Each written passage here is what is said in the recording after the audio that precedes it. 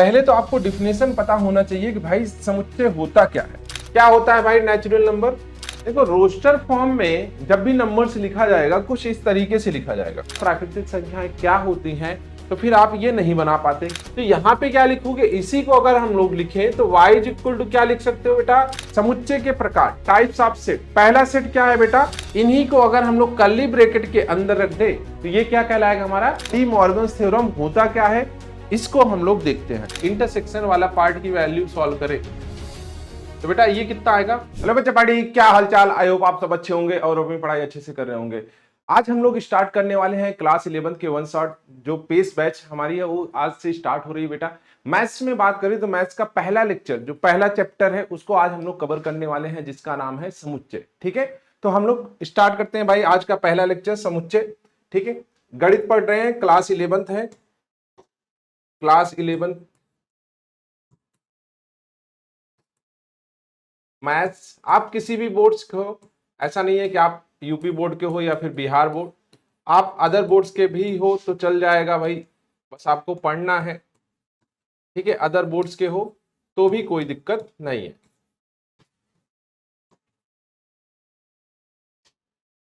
Chapter का नाम क्या है, समुच्चय। ठीक है, सेट्स थ्योरी के नाम से भी जानते हैं इसको, सेट्स थ्योरी। इसको आज हम लोग स्टार्ट कर रहे हैं, पहला ही चैप्टर है, चैप्टर नंबर 1,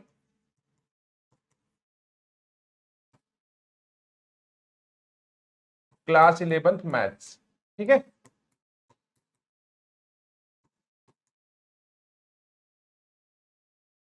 तो आपको क्या करना है, आपको पेन और कॉपी साथ में लेके बैठना है। जैसे जैसे मैं बता रहा हूं वैसे वैसे आपको नोट करते चले जाना है, क्वेश्चन बनाते चलना है। बीच में आप रोक सकते हो वीडियो को, अपने क्वेश्चन सॉल्व करिए, उसके बाद फिर आगे देख सकते हो।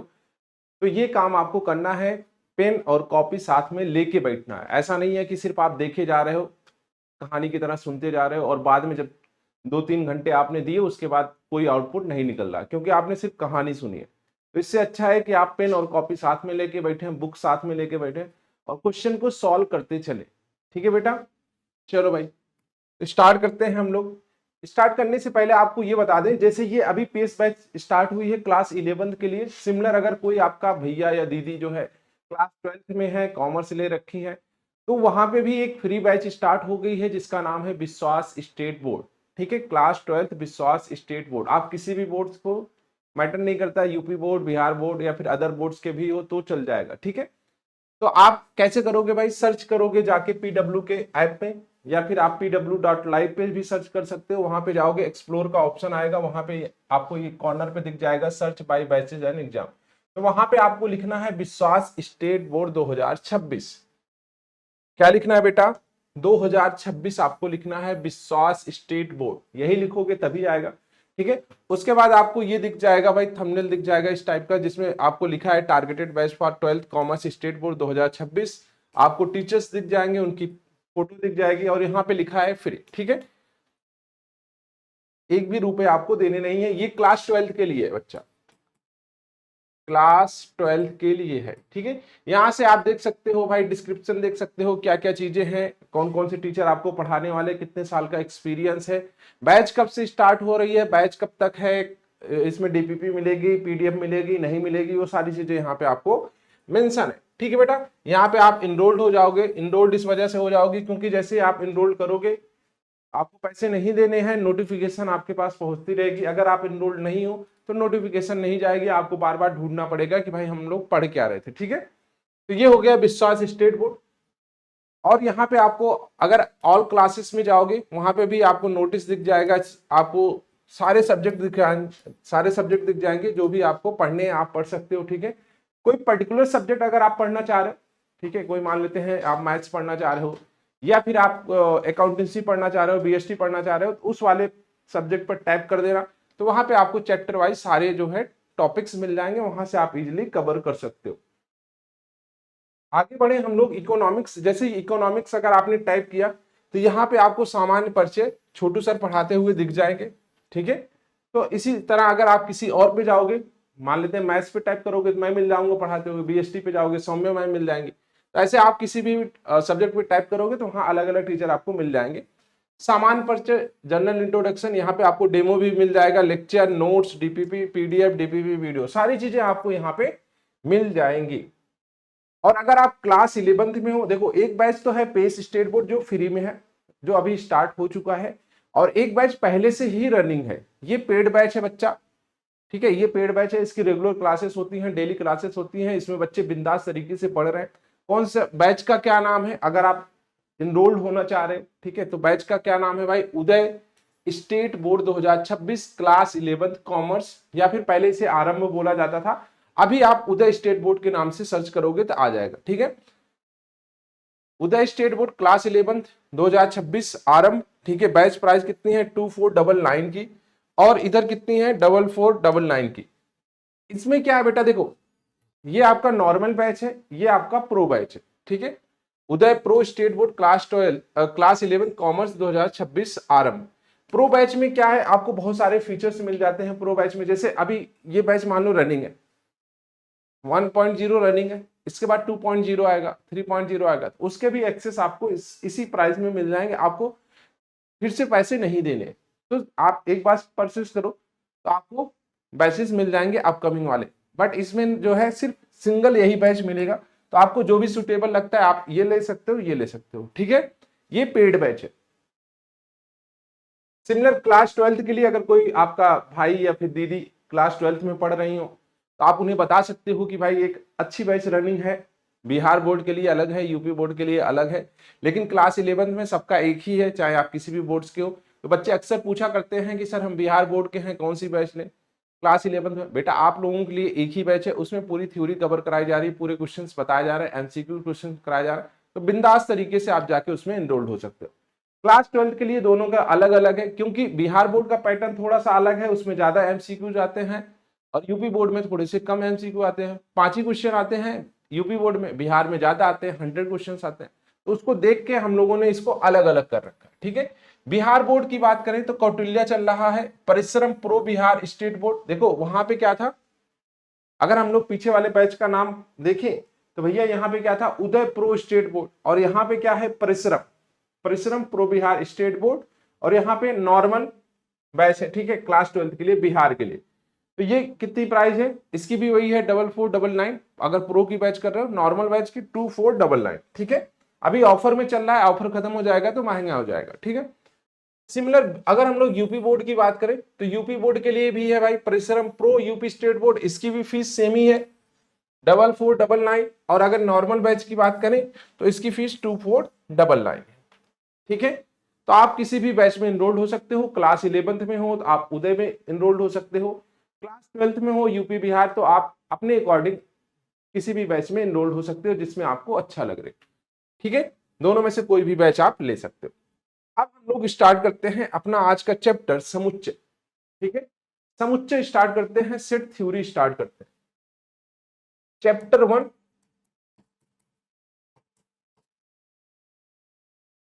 समुच्चय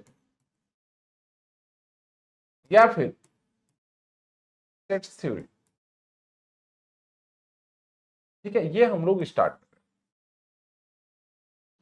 पहले तो आपको डिफिनेशन पता होना चाहिए कि भाई समुच्चय होता क्या है। समुच्चय होता क्या है बेटा, अगर समुच्चय की बात करें, हम लोग समुच्चय की बात करें तो वस्तुओं का, कोई भी वस्तु हो उसको अगर सुपरिभाषित तरीके से, मतलब अच्छी तरीके से उसके बारे में बताया गया।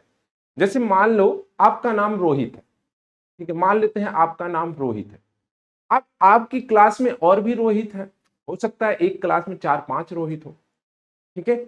अब उसमें से किसी ने जो है लड़ाई झगड़ा किया, तो जब वहां पे गया, वो प्रिंसिपल के पास गया, तो प्रिंसिपल बोलेंगे ना भैया कौन से रोहित थे, रोहित के आगे भी नाम बताया जाएगा ना, सरनेम बताया जाएगा या फिर कुछ और बताया जाएगा।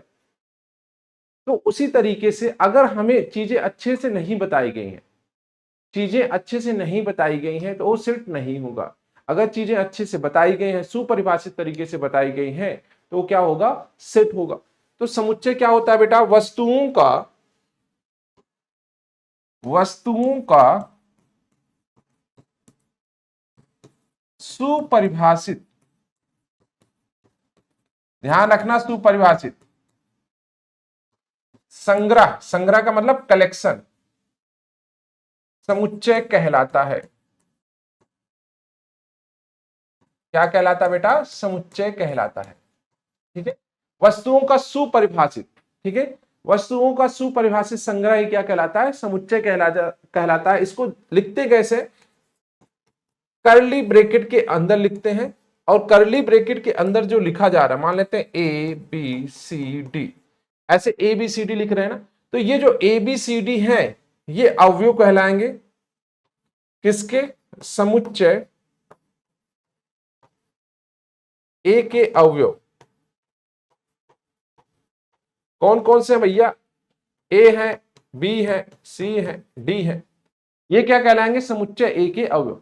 तो आपको हमेशा ध्यान रखना है, कर्ली ब्रैकेट के अंदर रखना है। जब कर्ली ब्रैकेट के अंदर रखोगे तभी वो क्या कहलाएगा? हमारा सेट कहलाएगा। ये सेट नहीं है, ये अवयव है। अवयव का मतलब एलिमेंट्स है। ठीक है, एबीसीडी क्या है? इसके एलिमेंट्स है। अच्छा, इसको हम लोग ऐसे भी लिख सकते हैं कि भैया ए का संबंध किससे है? कैपिटल ए से। A belongs to capital A, B belongs to capital A, C belongs to capital A and D belongs to capital A. इसका मतलब क्या है? ये बिलोंग्स टू का साइन है। बिलोंग्स टू का मतलब है संबंधित है। बिलोंग्स टू का साइन है बेटा, इसका मतलब है संबंधित है। ए का संबंध किससे है? कैपिटल ए से। स्मॉल बी का संबंध किससे है? कैपिटल ए से। स्मॉल सी का कैपिटल ए से, स्मॉल डी का कैपिटल ए से। तो समुच्चय समझ में आ रहा होगा कि भाई वस्तुओं का सुपरिभाषित संग्रह ही क्या कहलाता? हमारा समुच्चय कहलाता है। और इसको हम लोग कर्ली ब्रैकेट के अंदर रखते हैं। किसके अंदर रखते हैं बेटा? कर्ली ब्रैकेट के अंदर रखते हैं, तभी ये कहलाएगा समुच्चय। ठीक है, चलो डिफिनेशन देखते हैं। पहला डिफिनेशन, परिचय या फिर इंट्रोडक्शन। गणित में समुच्चय या फिर सेट सुपरिभाषित वस्तुओं के संग्रह को कहते हैं, जो मैंने अभी आपको बताया कि भैया सुपरिभाषित होना चाहिए। कैसा होना चाहिए? सुपरिभाषित वस्तुओं के संग्रह। ध्यान रखना, इसको, इस वर्ड्स पे ध्यान रखना। सुपरिभाषित वस्तुओं के संग्रह को क्या कहते हैं भाई? समुच्चय कहते हैं। समुच्चय कहते हैं। सुपरिभाषित का अर्थ है कि हम स्पष्ट रूप से यह बता सके कि कोई वस्तु उस संग्रह का हिस्सा है या नहीं। ठीक है, मतलब बढ़िया से उसके एक्सप्लेनेशन दिया हो कि जो संग्रह है उसका पार्ट है कि नहीं है। ठीक है, समुच्चय की परिभाषा, डिफिनेशन आप सेट अगर देखिए तो वस्तुओं के सुपरिभाषित संग्रह को समुच्चय कहते हैं, जो अभी हमने आपको बताया। उदाहरण के लिए, फॉर एग्जाम्पल, भारत की नदियों का संग्रह एक समुच्चय। अगर हम लोग भारत की नदियों के संग्रह का एक समुच्चय है, हम जब बोल रहे हैं भारत की नदियां, भारत की नदियों का संग्रह जब बोल रहे हैं, इसका मतलब क्या है? भारत में जितनी भी नदी है, भारत में जितनी भी नदी है, पूरी की पूरी आ गई उस संग्रह में, पूरी की पूरी उस संग्रह में आ गए। तो इसका मतलब क्या है? ये एक समुच्चय है। क्या है बेटा? एक समुच्चय। हम स्पष्ट रूप से बता सकते हैं कि कौन सी नदी भारत की है और कौन सी नहीं है। जब इन्होंने बोल दिया कि भाई भारत की नदियां, तो उसमें बता सकते हैं ना कौन सी भारत की है, कौन सी भारत की नहीं। कक्षा 11 के सभी छात्रों का संग्रह एक समुच्चय है। क्लास 11 में जितने बच्चे हैं सबको उठा के एक उसमें कर्ली ब्रैकेट के अंदर रख दो, तो क्या कहलाएगा? एक सेट कहलाएगा। अंग्रेजी वर्णमाला के स्वरों का अक्षर, जैसे ये संग्रह है AEIOU, क्या है? वॉवेल्स हैं, तो उनका संग्रह हो गया। विश्व के 10 सबसे प्रतिभाशाली लेखकों का संग्रह एक समुच्चय नहीं है। ध्यान रखना, अगर आपसे बोला जाए कि विश्व के 10 सबसे प्रतिभाशाली लेखकों का संग्रह, क्या ये एक समुच्चय कहलाएगा? आप कहोगे नहीं सर, समुच्चय नहीं कहलाएगा। क्यों बेटा? क्योंकि जो प्रतिभाशाली लेखक हैं सबकी अलग अलग फील्ड होगी। इन द सेंस कि आप ऐसा समझो कि हो सकता है कोई क्रिमिनल राइटर अच्छा हो, ठीक है, कोई क्रिमिनल स्टोरी बढ़िया लिख रहा हो, कोई लव वाली स्टोरी बढ़िया लिख रहा हो, कोई कुछ और भी अच्छा लिख रहा हो। मान लेते हैं पुराने जमाने की कहानी लिख रही है, कोई नए जमाने की कहानी लिख रहा है, कोई स्पोर्ट्स के बारे में लिख रहा है। तो सबके अलग अलग हो सकते हैं। तो इन्होंने यहां पे डिफाइन नहीं किया। अगर ये बोलता कि 10 जो है सबसे प्रतिभाशाली क्रिमिनल वाले लेखक होते, यहां पे वर्ड्स ध्यान रखना, क्रिमिनल। अगर इन्होंने स्पेसिफाई कर दिया कि भाई क्रिमिनल वाली कैटेगरी से हमको 10 लोगों को लेना, देन हम लोग कहते कि अच्छा ठीक है समझ में आ गया। बट इन्होंने बोला लेखक, तो लेखक अलग अलग फील्ड में हो सकते हैं। लेखक अलग अलग फील्ड के हो सकते हैं, हो सकता है क्रिमिनल राइटर हो, लव स्टोरी वाला हो, या फिर उपन्यास लिखता हो, नॉवेल्स लिखता हो, या फिर कुछ और भी लिखता हो, अलग अलग। ऐसे समझो आप, जैसे अभी मॉडर्न में क्या चल रहा है, क्रिकेट चल रहा है, ठीक है। क्रिकेट में अगर हम लोग देखें इंटरनेशनल तो 3 फॉर्मेट है, टेस्ट है, वनडे है और उसके बाद T20 है। तो आप लोग ध्यान से देखोगे, अगर आपसे बोला जाए कि हमें वर्ल्ड्स के टॉप 10 बैट्समैन लेने हैं, वर्ल्ड्स के टॉप 10 बैट्समैन लेने हैं, मतलब दुनिया के 10 सबसे बेहतरीन बल्लेबाज लेने हैं, तो आप तुरंत पूछोगे सर कौन से फॉर्मेट का, ये तो पूछोगे ना, कौन से फॉर्मेट का, टेस्ट का लेना है सर, वनडे का लेना है, T20 का लेना है, कौन से फॉर्मेट का लेना। हो सकता है कोई टेस्ट में अच्छा हो तो वनडे में अच्छा ना हो, T20 में अच्छा ना हो। तो ऐसे अगर आपसे यही क्वेश्चन दूसरे तरीके से पूछा जाए कि भाई T20 के 10 बैट्समैन बताओ, क्या ये समुच्चय है, आप कहोगे जी सर T20 के 10 बैट्समैन हम लोग बता सकते हैं अच्छे वाले। लेकिन अगर ओवरऑल पूछोगे कि भैया क्रिकेट के 10 बैट्समैन बताओ, तो नहीं बता सकते, ये एक समुच्चय नहीं होगा, क्योंकि अच्छे से बताया नहीं गया कि आपको कौन से फॉर्मेट के लेने। सिमिलर वही चीज यहां पे है कि 10 सबसे प्रतिभाशाली लेखकों का संग्रह एक समुच्चय नहीं है, क्योंकि प्रतिभाशाली प्रतिभाशाली जो वर्ड्स है सुपरिभाषित नहीं है, यह व्यक्ति परक है। हो सकता है कोई प्रतिभाशाली हो लेखक हो, कोई ना हो। तो ये बात आपको क्रिकेट वाले से समझ में आ गई होगी, ठीक है। तो अब डिफिनेशन की बात करें, आपको रटना नहीं है, समझते जाना है। सेट क्या होता है, वस्तुओं का सुपरिभाषित संग्रह ही क्या होता है भाई, सेट होता है, ठीक है। Well defined collection of words ही क्या कहलाता है भाई, हमारा सेट कहलाता है। अब इसके कुछ एग्जाम्पल देखें, अगर बोल दिया जाए सभी ले लो, एक साथ सभी ले लो, तो इसका मतलब वो है।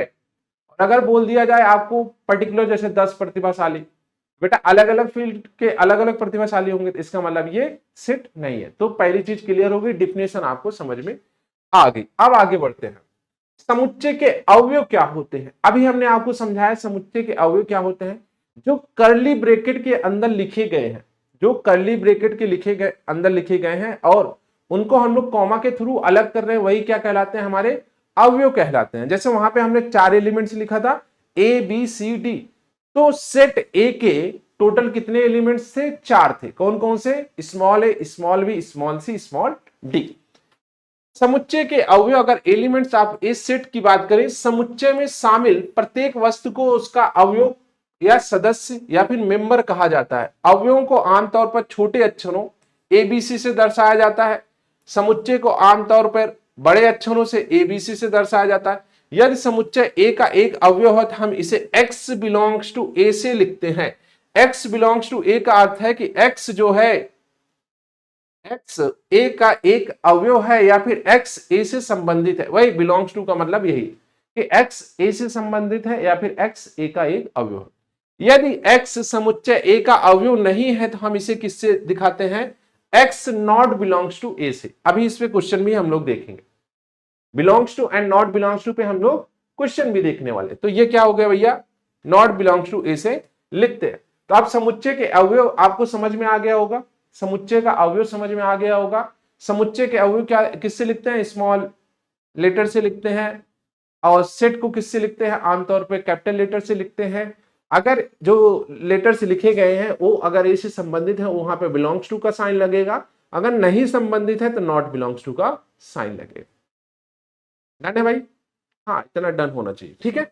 चलिए अगला आते हैं भाई, समुच्चय का निरूपण देखते हैं हम लोग। समुच्चय का निरूपण 2 तरीके से होता है बेटा,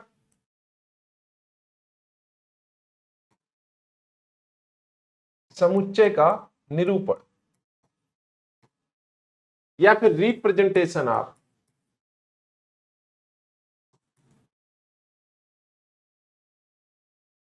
सेट्स। कितने तरीके से होता है बेटा, 2 तरीके से होता है। एक कहलाता है रोस्टर फॉर्म और दूसरा कहलाता है सेट बिल्डर फॉर्म।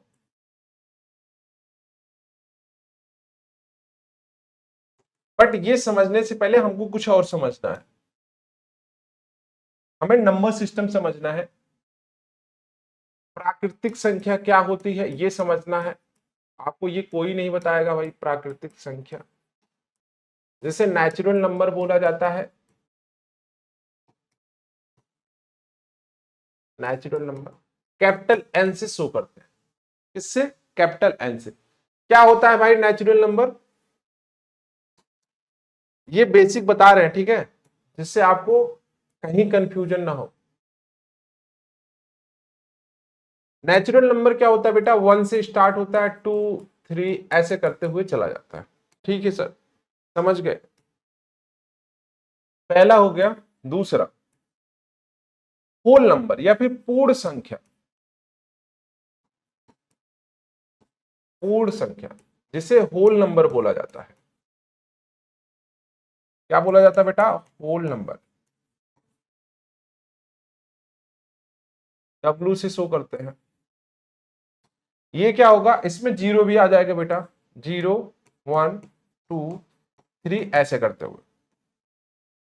ये कहलाया बेटा पूर्ण संख्या। उसके बाद हम लोग बात करेंगे किसका? पूर्णांक, जिसे इंटीजर बोला जाता है। इसको आई या फिर जेड से भी शो किया जाता है। आई या फिर जेड से अलग अलग शो किया जाता है। इसकी बात करें तो ये 3 प्रकार का होता है। कौन कौन सा? ये 3 प्रकार का होता है बेटा। इंटीजर कितने प्रकार के होते हैं बेटा? 3 टाइप के। पूर्णांक कितने होते हैं बेटा? 3 टाइप के। कौन कौन से? धनात्मक, उसके बाद जीरो, एंड ये ऋणात्मक।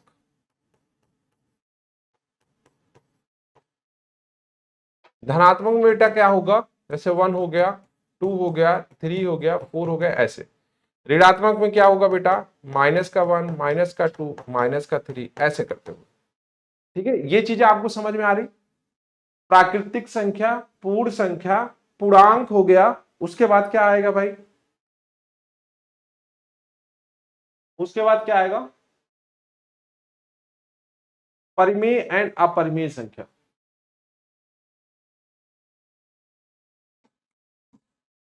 चौथा क्या है बेटा? परिमेय,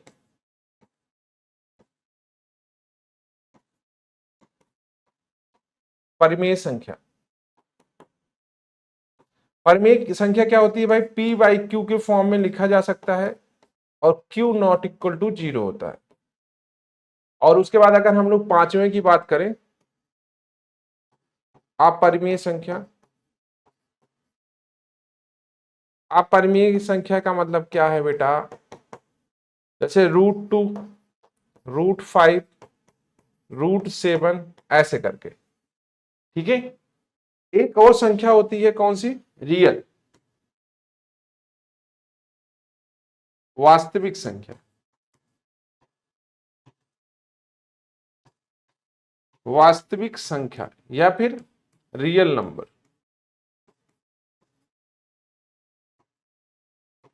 इसको आर से डिनोट किया जाता है। ये क्या होगा?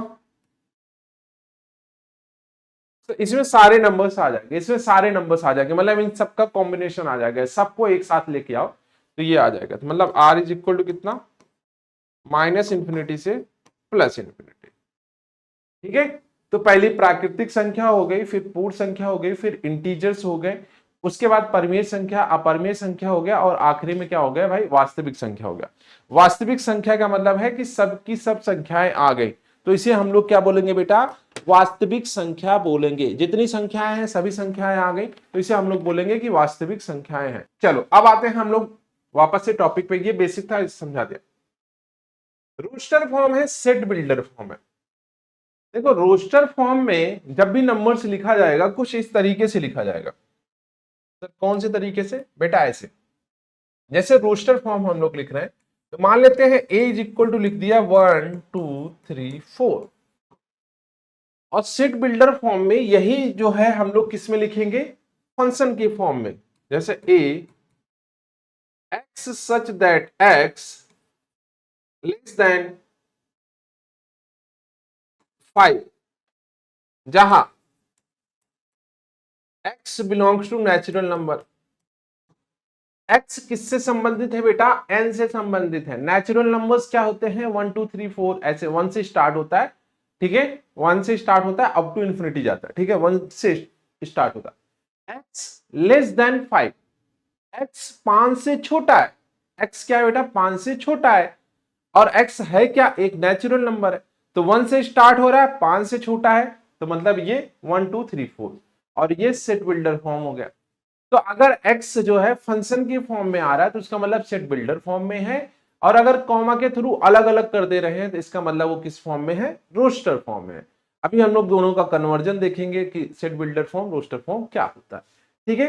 बट एक चीज अब अभी आपको और समझनी है। क्या चीज? इनइक्वालिटीज, असमीख्याएं। ये भी बेसिक है, हम लोग पढ़ेंगे, लेकिन आप अभी समझ लो।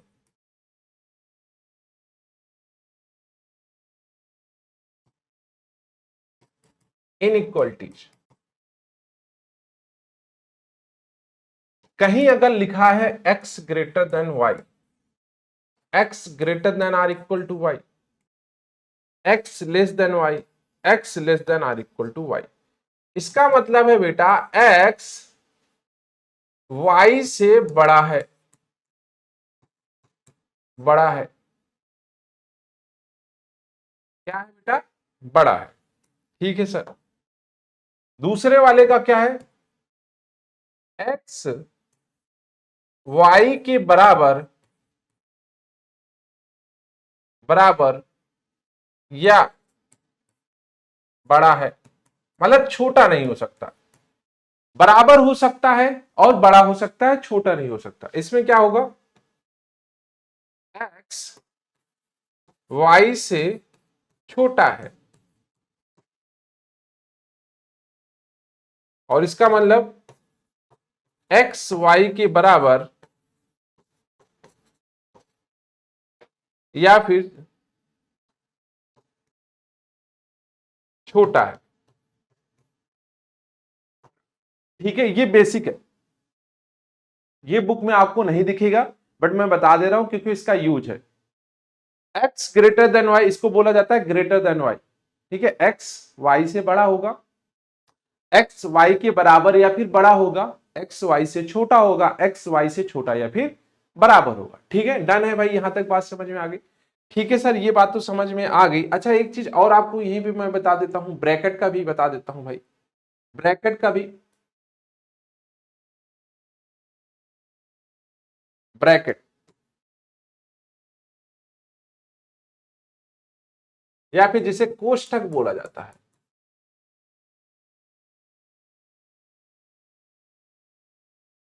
पहला कोष्ठक क्या होगा भैया? ठीक है, या फिर इंटरवल बोल दो, ब्रैकेट या फिर इंटरवल बोल दो, ठीक है। ओपन इंटरवल, खुला अंतराल, खुला अंतराल, इसे क्या बोला जाता है बेटा? Open interval, open interval.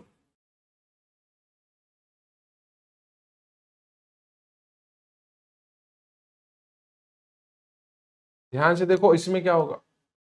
इसमें क्या होगा? जैसे अगर हम लोग खुला अंतराल कह रहे हैं या फिर ओपन इंटरवल कह रहे हैं, ठीक है, ओपन इंटरवल कह रहे हैं, तो इसका मतलब क्या है? x की वैल्यू, जैसे मान लेते हैं a टू b है, या फिर आप लिख सकते हो x belongs to a to b, इसको बोला जाता है खुला अंतराल या फिर ओपन इंटरवल। कि x की वैल्यू a और b के बीच में होगी, इक्वल नहीं होगी। x की वैल्यू a और b के बीच में होगी, इक्वल नहीं होगी, ठीक है। कहीं भी इक्वल का साइन नहीं दिख रहा है। दूसरा अगर हम लोग देखें, दूसरा बंद अंतराल या फिर closed interval,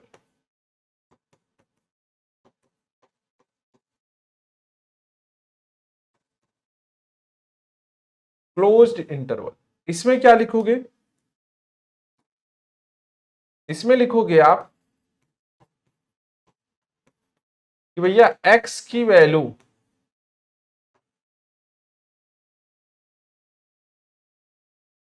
x belongs to, ये लिखोगे कि x की जो वैल्यू है a और b के इक्वल भी होगी और बीच में भी हो सकती है, मतलब कि कॉर्नर वाले पॉइंट लेने में भी है। अब सेमी ओपन भी आता है, सेमी क्लोज भी आता है, ठीक है, वो आप देख लेना, उसमें कुछ है नहीं।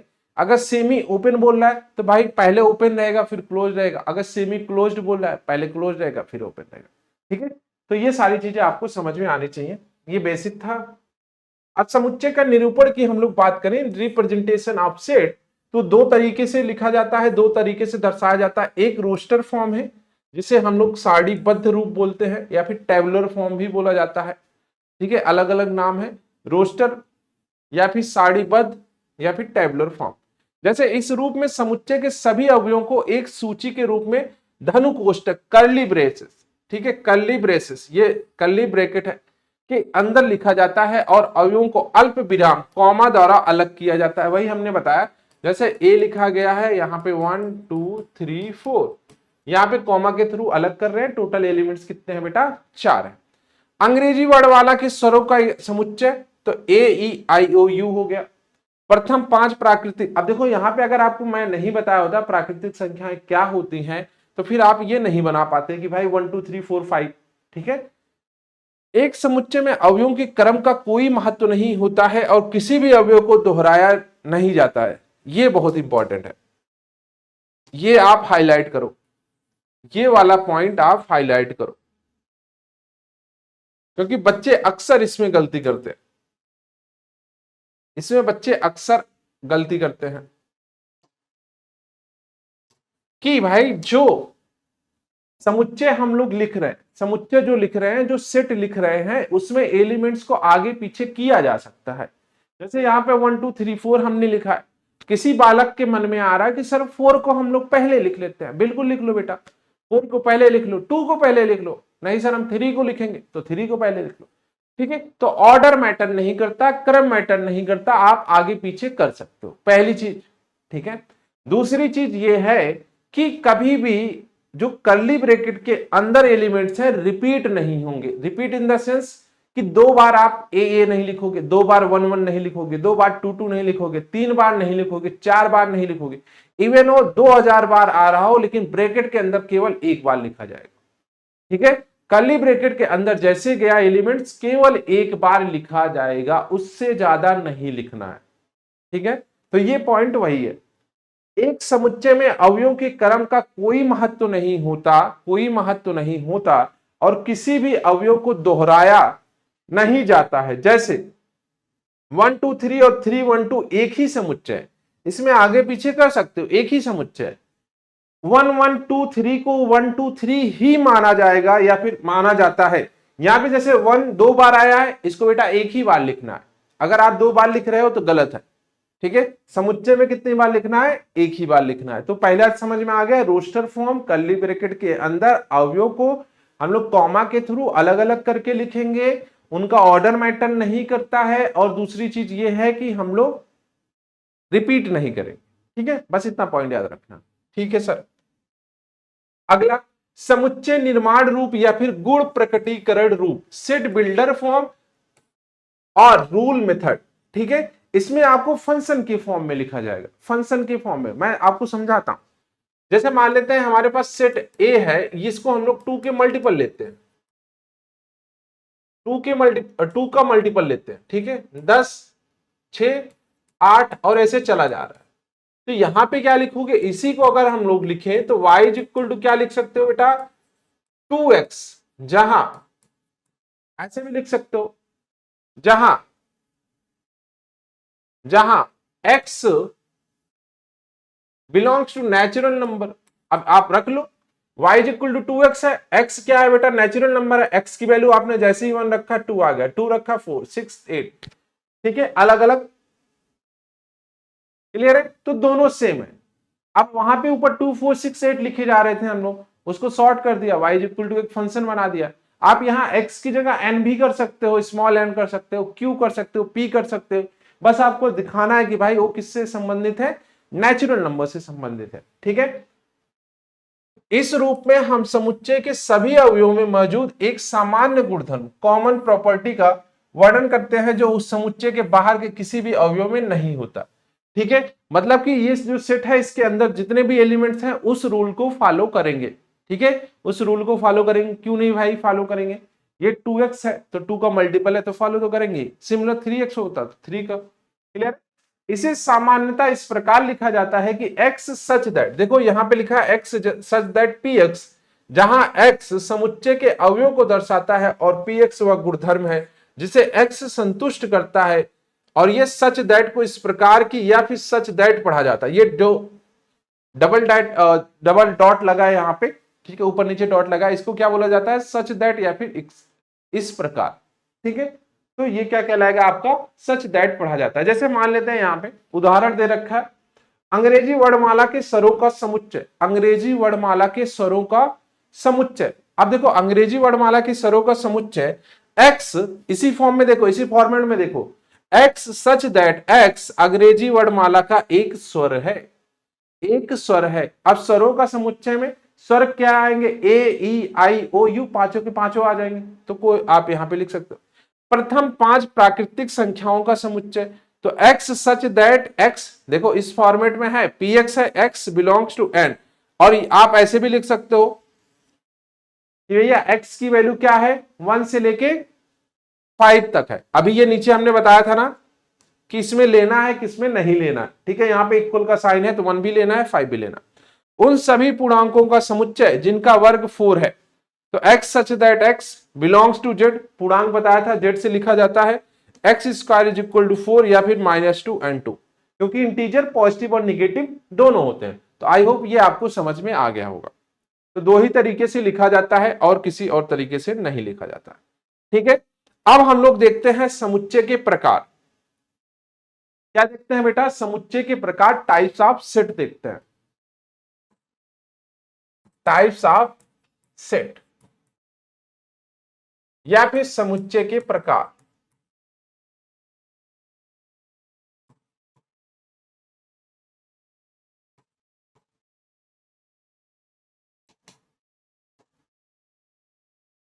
अगर हम लोग समुच्चय के प्रकार की बात करें तो बेटा पहला रिक्त समुच्चय, दूसरा एकल समुच्चय, तीसरा परिमित समुच्चय, चौथा अपरिमित समुच्चय, पांचवा समान समुच्चय, छठा इक्विवेलेंस।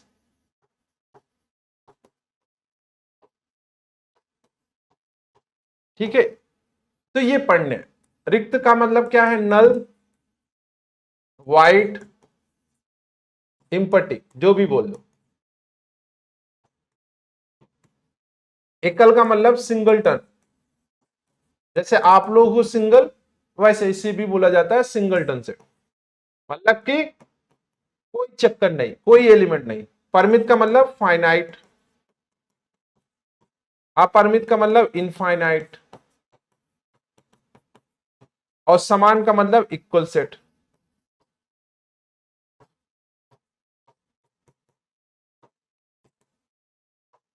इतने। रिक्त का मतलब है कि कोई एलिमेंट्स नहीं होना चाहिए। इसमें क्या है बेटा? कोई एलिमेंट्स नहीं होना चाहिए, मतलब कि ए इज इक्वल टू क्या आना चाहिए भैया? नल सेट, या फिर इसको 5 बोल दो, कोई एलिमेंट्स नहीं होना चाहिए। दूसरा सिंगलटन, इसमें आपका एक एलिमेंट्स आएगा, मान लेते हैं स्मॉल ए लिख लो, या फिर और करके अगर इसके अंदर 5 भी आ गया तो भी ये एक सेट है बेटा, तो भी ये क्या है? एक एलिमेंट्स है। परिमित का मतलब है जिसमें अवयव अवयव लिमिटेड हो, अवयव परिमित हो, या फिर जिसमें अवयव सीमित हो। सीमित का मतलब समझ रहे हो ना, हम लोग गिन पाए। सीमित हो, इसका मतलब असीमित हो। शॉर्ट फॉर्म में बता रहे हैं, अभी डिफिनेशन भी दिखाएंगे। इक्वल का मतलब जैसे a इज इक्वल टू 1 2 3 है और b इज इक्वल टू मान लेते हैं 3 1 2 है, तो यहां पे a किसके इक्वल है, b के, a और b समान। इक्विवेलेंस सेट का मतलब है कि नंबर ऑफ एलिमेंट समान होंगे, जैसे a में 1 2 3 है और b हमने कोई लिया a b c ले लिया, तो यहां पे नंबर ऑफ एलिमेंट समान है, तो नंबर ऑफ एलिमेंट समान है तो a और b क्या है बेटा, a और b क्या है, इक्विवेलेंस सेट है।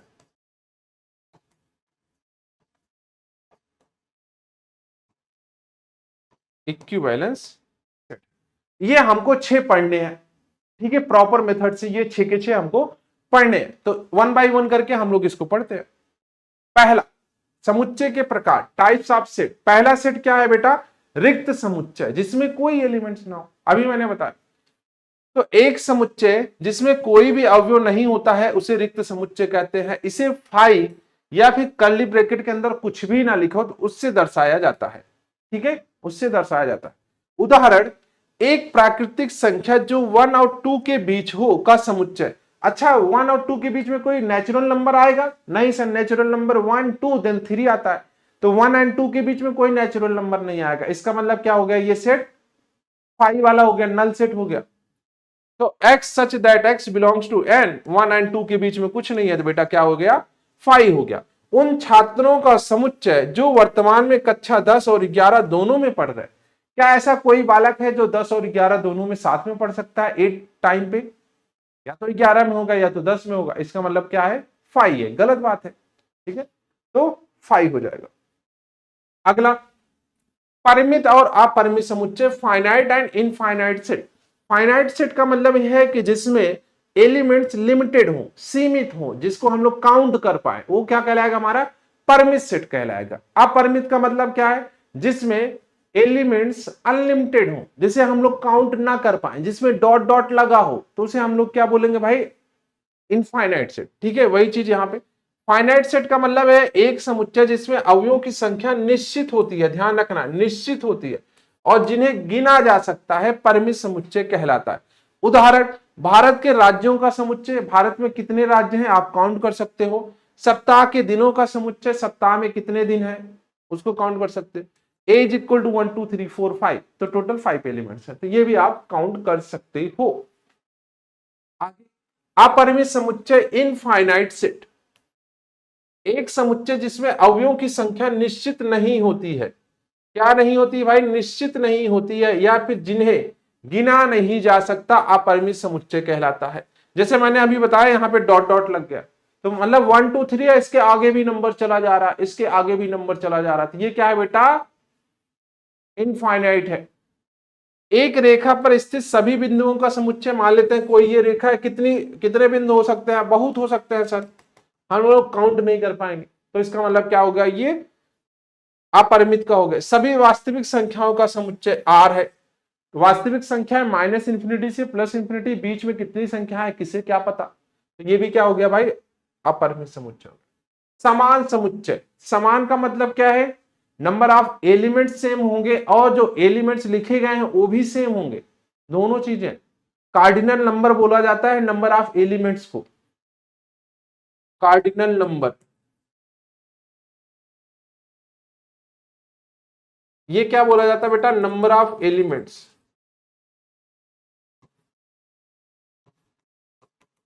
ठीक है, दो समुच्चय ए और बी समान समुच्चय कहलाते हैं यदि उनमें बिल्कुल एक जैसे अवयव हो, मतलब कि पहले में 3 है 1 2 3, तो दूसरे में 1 2 3 होने चाहिए, तभी वो समान समुच्चय कहलाएंगे।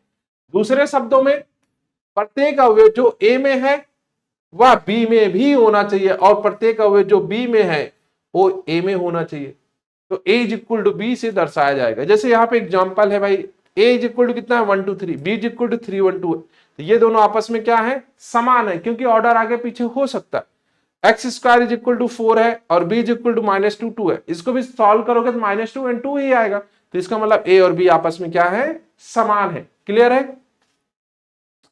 अगला, उप समुच्चय की बात करें, ठीक है, अब हम लोग किसकी बात कर रहे हैं बेटा, उपसमुच्चय की बात कर रहे हैं। ठीक है बेटा, अब हम लोग देखते हैं भाई उपसमुच्चय क्या होता है। क्लियर है? देखते हैं कि उपसमुच्चय क्या होता है। उपसमुच्चय क्या होगा बेटा? अगर हम लोग उपसमुच्चय या फिर सबसेट की बात करते हैं कि भाई सबसेट क्या होता है, तो बेटा सबसेट की बात करें, यदि समुच्चय ए का प्रत्येक अवयव समुच्चय बी में हो तो ए को बी का उपसमुच्चय कहते हैं या फिर सबसेट कहते हैं। इसे ए सबसेट आप बी से दर्शाया जाता है। देखो, जिसकी साइड फेस है, जिसकी साइड बेटा फेस है ना, वो क्या होगा, बड़ा सेट होगा, और जिसकी साइड फेस नहीं है वो छोटा सेट होगा। मतलब कि जैसे ए में 1 2 3 लिखा है, बी में 1 2 3 4 लिखा गया, तो इसका मतलब क्या है, ए सबसेट है किसका, बी का। मतलब कि ए के जितने भी एलिमेंट्स हैं वो बी में गिवन है। ए के जितने भी एलिमेंट्स हैं वो क्या है बेटा, बी में गिवन है। तो इसे हम लोग क्या बोलेंगे, ए सबसेट ऑफ बी। क्लियर है?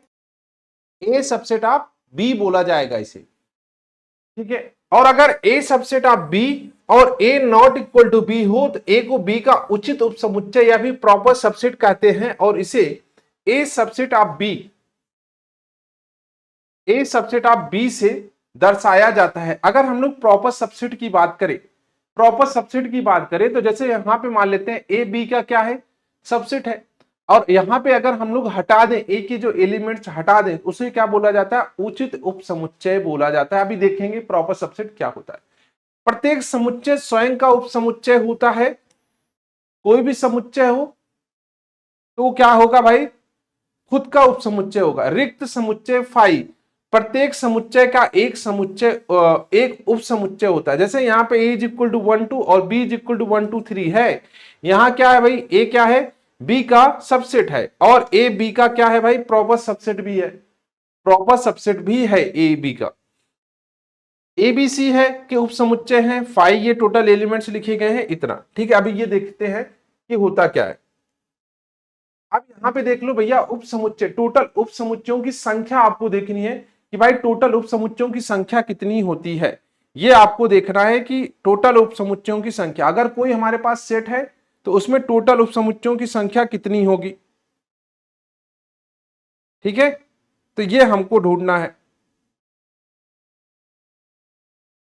कुल उपसमुच्चयों की संख्या कितनी होती है, कुल उपसमुच्चयों की संख्या।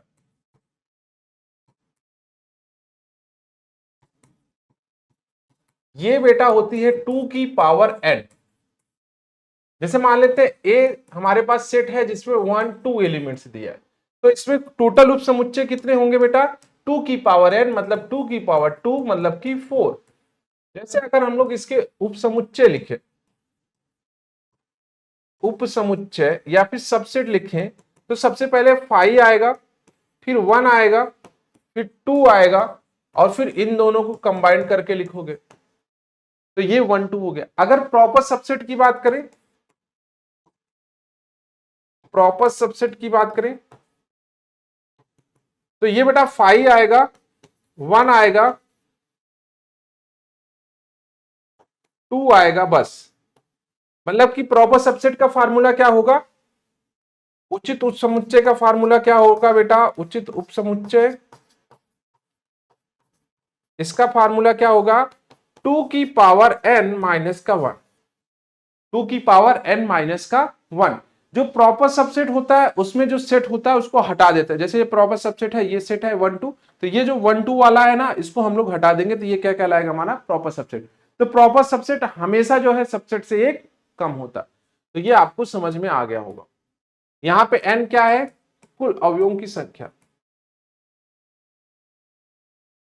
कुल अवयवों की संख्या। क्लियर है बेटा? चलो, उसके बाद अगर हम लोग बात करें पावर सेट, घात समुच्चय, दो चीजें हम लोगों ने पढ़ी, एक उपसमुच्चय, एक उचित उपसमुच्चय। उपसमुच्चय का फार्मूला 2 की पावर n, और उचित उपसमुच्चय का फार्मूला 2 की पावर n माइनस 1, एक कम करके। अब पढ़ते हैं पावर सेट। किसी उपसमुच्चय ए के सभी उपसमुच्चयों के एक संग्रह को ए का घात समुच्चय कहलाता है। कि मतलब कि जो सेट आ रहे हैं, जो हमने ये बनाया है, ये जो बनाया है ये, इन्हीं को अगर हम लोग कर्ली ब्रैकेट के अंदर रख दे तो ये क्या कहलाएगा, हमारा घात समुच्चय कहलाएगा। क्या कहलाएगा बेटा, घात समुच्चय कहलाएगा। और इसे पीए से दर्शाया जाता है, पीए से दर्शाया जाता है। यदि समुच्चय ए में n अवयव है, यानी n is equal to n, तो उसके घात समुच्चय पीए में 2 की पावर n अवयव होंगे, यानी n पीए इज इक्वल टू 2 की पावर n। वही चीज कर्ली ब्रैकेट के अंदर रख दो तो टोटल वही कहलाएगा। तो 1 2 है, और यहाँ पे ये सबको हमने क्या किया भाई, कर्ली ब्रैकेट के अंदर रख दिया। तो यहाँ पे 2n पीए इज इक्वल टू 4। क्लियर है? यही तो एग्जाम्पल लिया था पीछे हमने, 1 2 पीछे एग्जाम्पल लिया था। तो ये कहला भैया आपका उचित पावर सेट कहला। क्लियर है? अब आते हैं सार्वत्रिक समुच्चय पर, यूनिवर्सल सेट। सार्वत्रिक समुच्चय क्या होता है, किसी विशेष संदर्भ में वह सबसे बड़ा समुच्चय जिसके सभी उपसमुच्चय विचाराधीन होते हैं, सार्वत्रिक समुच्चय कहलाता है। आप ऐसे समझो कि मान लेते हैं कोई सेट है, मान लेते हैं कोई सेट है, तो कोई सेट क्या होगा, मान लेते हैं कि हमारे पास कोई सेट है ए, तो इसके बाहर भी तो कोई चीज होगी, इसके बाहर भी तो कोई चीज होगी। तो इन दोनों को अगर हम लोग मिला दें तो ये कहलाएगा हमारा यूनिवर्सल। यूनिवर्सल का मतलब क्या है, देखो ए है और ये इसके बाहर का भाई ए डैश बोला जाता है, जिसे पूरक समुच्चय बोलते हैं। तो यू का मतलब क्या है, ए प्लस का ए डैश। ये ए डैश क्या है बेटा, पूरक समुच्चय है, पूरक समुच्चय। अभी आगे भी पढ़ेंगे हम लोग कॉम्प्लीमेंट, ठीक है, कॉम्प्लीमेंट अभी पढ़ेंगे। तो क्या कहलाता है भाई, यू से दर्शाया जाता है समुच्चय और उसके बाहर वाली सब चीजों को कंबाइन करके। यदि हम पूर्णांकों के समुच्चय से संबंधित संख्याओं पर विचार कर रहे हैं तो पूर्णांकों का समुच्चय जेड सार्वत्रिक समुच्चय हो सकता है, क्योंकि पूर्णांक तीनों को कंबाइन करके लिख लो। जैसे बोला जाए कि भाई पॉजिटिव इंटीजर लेने हैं या फिर निगेटिव इंटीजर लेने हैं या फिर जीरो, तो इन तीनों में सबसे बड़ा क्या होगा, आप कहोगे सर इंटीजर, मतलब कि तीनों को कंबाइन करके एक साथ लिख लो तो इंटीजर कहलाएगा। ठीक है, चलो आगे। हम कक्षा 11 के छात्रों को विभिन्न समूहों पर चर्चा कर रहे हैं, तो कक्षा 11 के सभी छात्रों का समुच्चय सार्वत्रिक समुच्चय हो सकता है। जैसे क्लास 11 में विद्यार्थी है, यूनिवर्सल का मतलब सबसे बड़ा समुच्चय। जैसे क्लास 11 में कोई विद्यार्थी है, अब कोई मान लेते हैं उसमें हम लोग अलग अलग कर रहे हैं, कोई साइंस का स्टूडेंट है, कोई कॉमर्स का स्टूडेंट है, कोई आर्ट्स का स्टूडेंट है, तो अलग अलग स्टूडेंट हो गए। ठीक है, बट अगर हम लोग सबका एक साथ कर लेते हैं भाई कि अगर हमें यूनिवर्सल निकालना है तो सभी जितने क्लास 11 के स्टूडेंट है सबको एक साथ रख लो तो यूनिवर्सल कहलाएगा। उसके बाद जो अलग अलग है उसको आप अलग अलग सेट बोल दो, ए बी सी अलग अलग बोल दो, तो यूनिवर्सल का मतलब सबसे बड़ा वाला सेट। ठीक है, देखते हैं अभी इसमें आगे भी वेन आरेख, वेन आरेख भी हम लोग देखते हैं और उसके बाद इस पे हम लोग क्वेश्चन भी बनाएंगे। उसके बाद समुच्चय पे कुछ संक्रियाएं हैं। ठीक है, समुच्चय पे क्या है बेटा, कुछ संक्रियाएं हैं, संक्रियाएं भी हम लोग देखेंगे, फिर उसके बाद हम लोग सीधा क्वेश्चन बनाने लगेंगे। क्लियर है? वेन आरेख, वेन आरेख जॉन वेन द्वारा विकसित वेन आरेख समुच्चयों के बीच संबंधों को सचित्र रूप से दर्शाने का एक तरीका होता है। ठीक है,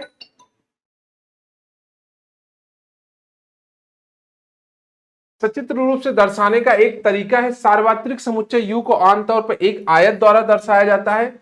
समुच्चय एबीसी को आमतौर पर वृत्त या फिर बंद वक्रों द्वारा दर्शाया जाता है जो आयत के अंदर होते हैं। अवयवों को बिंदुओं के रूप में दर्शाया जा सकता है। वेन आरेख का उपयोग समुच्चयों पर संक्रियाओं, यूनियन, इंटरसेक्शन, अंतर, पूरक को समझने और दर्शाने में बहुत उपयोगी होता है। समुच्चय संबंधित समस्याओं को हल करने की मदद मिलता है। मान लेते हैं जैसे यू है 1 2 3 4 है, ए है 1 2 है, बी है 2 3 है। अब इनको वेन आरेख से अगर हम लोग देखें तो सबसे पहले हम लोग क्या करेंगे भैया, सेट ए बनाएंगे, फिर सेट बी बनाएंगे और इसके बाहर का यू बनाएंगे। तो ये कहलाएगा यू, ये कहलाएगा बेटा सेट ए, ये कहलाएगा सेट बी, और इसके जो अंदर कॉमन है ये 3 हो जाएगा, और ये जो 1 ये 1 हो जाएगा और ये 3 हो जाएगा। ठीक है, तो वेन आरेख ऐसे हमें दर्शाना होता है। किसकी किसमें हेल्प मिलता है, यूनियन, इंटरसेक्शन, अंतर और पूरक, ये भी अभी हम लोग देख रहे हैं चारों के चारों। क्लियर है? समुच्चयों पर संक्रियाएं, अब देखो समुच्चयों पर संक्रियाएं या फिर ऑपरेशन ऑन सेट क्या क्या हो सकता है। पहला एक यह है यूनियन, जिसे हम लोग सम्मिलन बोलेंगे। सम्मिलन या फिर यूनियन का मतलब ये होता है कि दो सेट को आपस में कंबाइन करना है, बस एलिमेंट्स को रिपीट नहीं करना। कंबाइन करने का मतलब ये है कि जो सेट ए में एलिमेंट्स है, जो सेट बी में एलिमेंट्स है, दोनों को साथ में लाके लिखना है, बस रिपीट नहीं करना। अगर मान लेते हैं कोई 2 बार लिख रहे हो तो एक ही बार लिख रहा है, बस इतने से आप समझो। इसे क्या बोला जाता है? यूनियन ऑफ सेट बोला जाता है। दो समुच्चयों ए और बी का सम्मिलन या फिर यूनियन वह समुच्चय है जिसमें ए के सभी अवयव, बी के सभी अवयव और ए व बी दोनों के उभयनिष्ठ अवयव शामिल होते हैं। किसी भी अवयव को दोहराया नहीं जाता है। इसे ए यूनियन बी से लिखा जाता है, ए यूनियन बी से दर्शाया जाता है। ध्यान रखना, ए यूनियन बी का मतलब है कंबाइन करके लिखना है, रिपीट नहीं करना। समुच्चय ए निर्माण रूप में ऐसे बोला जाता है, X such that X belongs to A या फिर एक्स बिलोंग्स टू बी।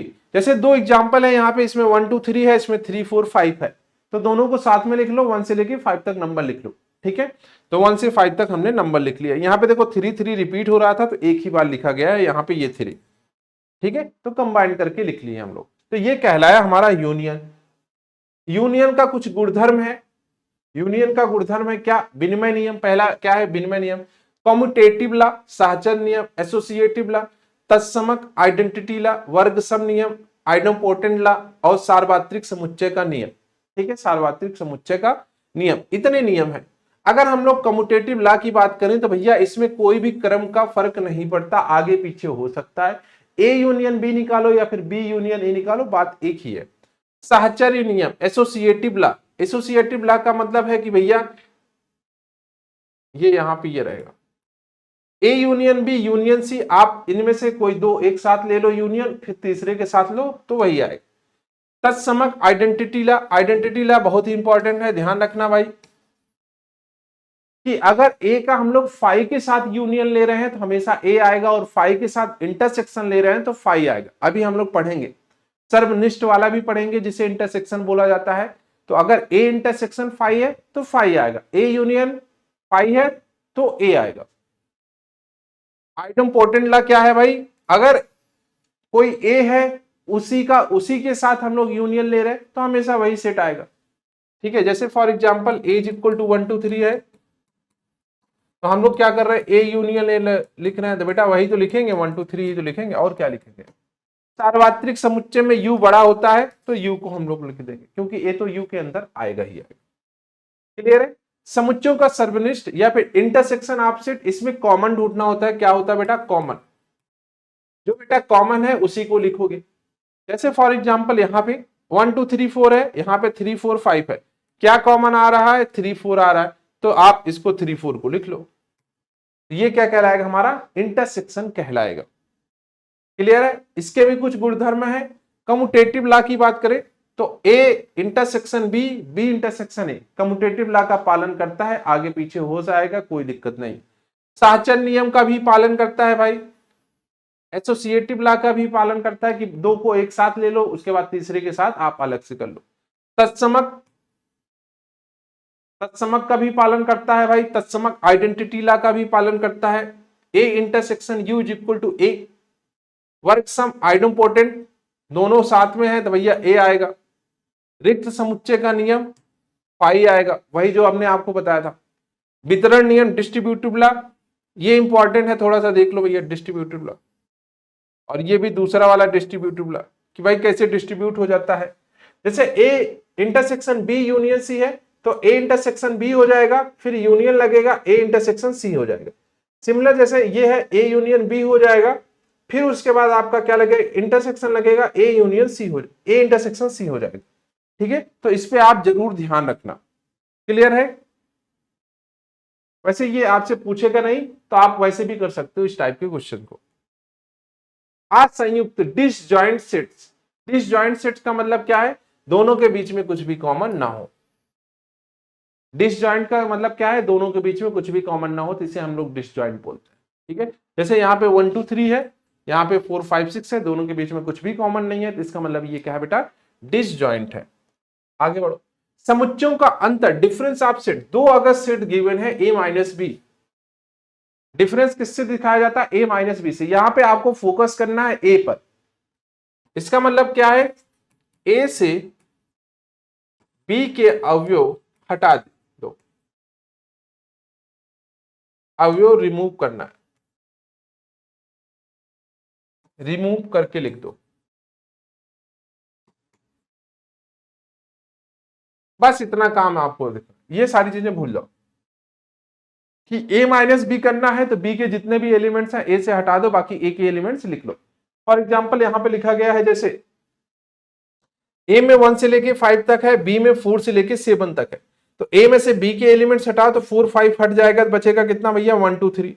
अब b में से a को हटाओ, b माइनस a अगर हम कर रहे हैं तो b में से a को हटाएंगे तो 4 5 6 है, तो ये 4 5 हट जाएगा तो 6 7 बच जाएगा। ठीक है, तो जो आगे सेट आ रहा है उसको हम लोग ज्यादा इंपॉर्टेंस देंगे, तो आगे वाले सेट को ज्यादा इंपॉर्टेंस। ठीक है, समुच्चय का पूरा कॉम्प्लीमेंट ऑफ सेट, इसमें आपको सार्वत्रिक समुच्चय की जरूरत पड़ेगी, यूनिवर्सल सेट की जरूरत पड़ेगी। तो जब भी हम लोग ए कॉम्प्लीमेंट लिखेंगे तो इसको यू माइनस का ए करके लिखेंगे, तो यू में से ए को माइनस करके लिखेंगे, ये यहां पे लिखा है। ठीक है, जैसे यू में लिखा गया 1 2 3 4 5 6 7 8 और एक में 2 4 6 8 है, तो इसको माइनस कर दो इसमें से, तो बच जाएगा भैया 1 3 5 7। क्लियर है? कुछ इसके नियम भी हैं कॉम्प्लीमेंट ऑफ लॉ के कि भैया ए और ए डैश का यूनियन हमेशा क्या होगा भाई, यू होगा, क्योंकि दोनों कंबाइन करके आ रहा।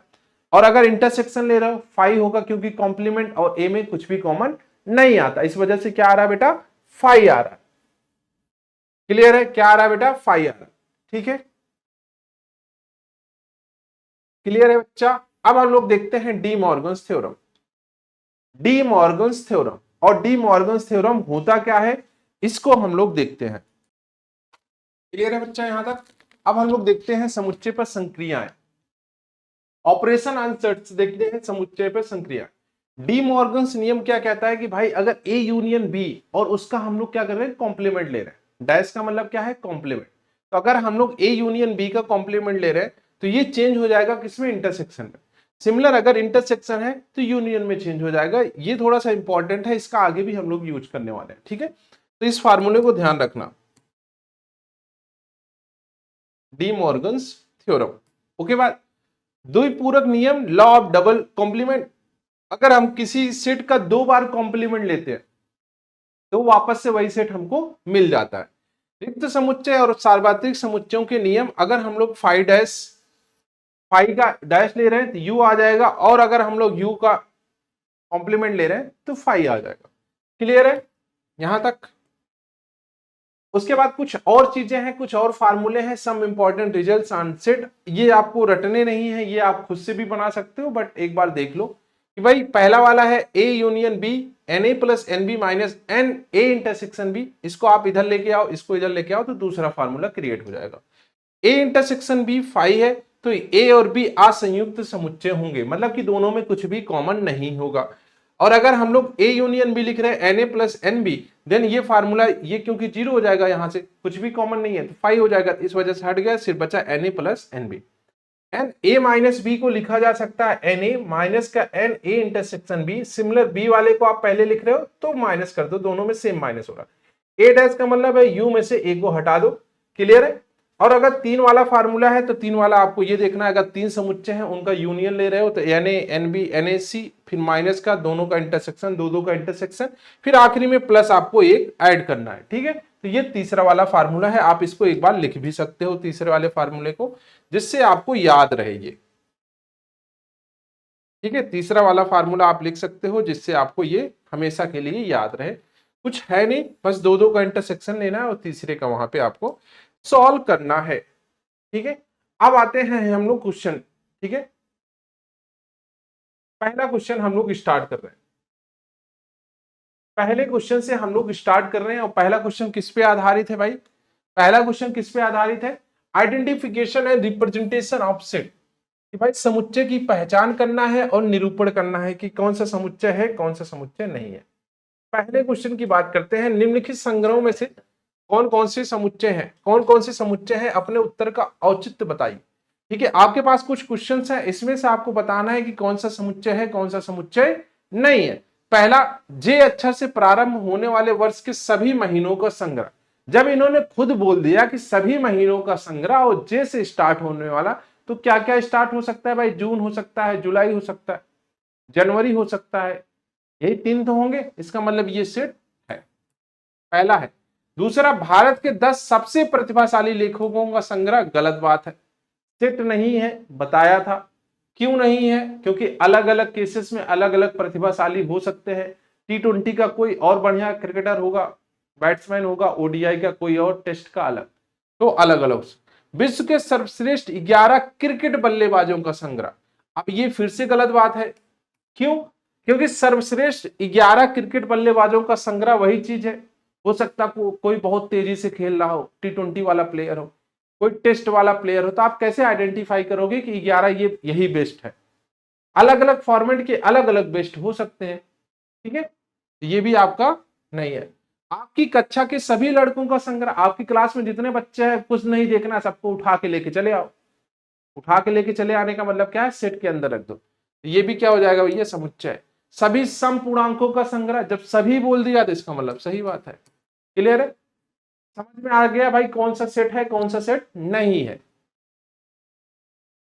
अगले क्वेश्चन पे चलते हैं। अब इसमें हमें रोस्टर फॉर्म में कन्वर्ट करना है। ये सब के सब किसमें है? सेट बिल्डर फॉर्म में, ठीक है। सब के सब किसमें है? सेट बिल्डर फॉर्म में। रोस्टर फॉर्म में कन्वर्ट करना है, तो रोस्टर फॉर्म में कन्वर्ट करोगे तो क्या आएगा भाई? देखो, -3 से लेके 7 के बीच में जाना है, एक पूर्णांक है, तो -3 के बाद कौन सा पूर्णांक आता है? -2, -1, 0, 1, 2, 3, 4, 5, 6। 7 और -3 नहीं ले सकते, 7 और -3 नहीं ले सकते क्योंकि इसके नीचे इक्वल का साइन नहीं है, ठीक है सर। जेड संख्या 60 का एक अभाज्य गुणनखंड है, ठीक है। एक्स सच दैट जेड संख्या 60 का एक अभाज्य गुणनखंड है। 60 का अभाज्य गुणनखंड कौन सा होगा भाई? Prime numbers. अभाज्य गुणनखंड कौन सा होगा भाई? 2, 3, 2, 3 होगा, तो b इज इक्वल टू कितना होगा बेटा? 2, 3। उसके अलावा कुछ हो सकता है? नहीं, उसके अलावा कुछ नहीं हो सकता। एक्स सच दैट अंग्रेजी वर्णमाला का एक व्यंजन है जो के से पहले आता है। अंग्रेजी वर्णमाला का एक व्यंजन है जो के से पहले आता है, तो के पहले कौन सा आता? आई, जे, के। जे, जोकर वाला जे। ये क्या होगा भाई? X square less than or equal to 4। मतलब कि एक्स की वैल्यू 2 आ रही, एक -2 आ रही, एक +2 आ रही, और एक्स बिलोंग्स टू इंटीजर है। प्लस माइनस प्लस -2 +2, हमें कौन सा लेना है? निगेटिव वाली वैल्यू लेनी है। तो यहां पे इन्होंने बोला कि भैया हमें क्या लेना है? एक्स की वैल्यू क्या आ रही? -2 से 2 के बीच में आ रही, तो एक्स बिलोंग्स टू जेड। तो एक्स बिलोंग, तो ये नंबर क्या होगा भैया? डी इज इक्वल टू क्या होगा? -2 होगा, -1 होगा, 0 होगा, 1 होगा, 2 होगा। ये 4 नंबर होंगे, क्योंकि -2 से 1 सॉरी -2 से 2 तक जा सकते हैं ना, +2 तक, तो -2, -1, 0, 1 एंड 2 ये हो जाएगा। क्लियर है? आसान है क्वेश्चन, बहुत ही आसान है। निम्नलिखित समुच्चयों को समुच्चय निर्माण रूप में लिखिए। अब इसको कैसे लिख सकते हो आप? देखो, पहले वाले को x such that 3x, जहां जहां जहां भैया क्या है? x belongs to natural number and x less than or equal to 4। कैसे? पानी पानी का x क्या है भाई? 3 का मल्टीपल है, जहां x belongs to natural number और x किससे कम है भाई? 5 से कम है। ये लिख सकते हो, सही बात है। x सच दैट x इस प्रकार है कि 3x है, जहां x belongs to natural number 1 2 3 4 5, 5 से छोटा 4 तक, तो 1 रखोगे 3 आएगा, 2 रखोगे 6, 3 9 4 12। ये भी वही सेम चीज है।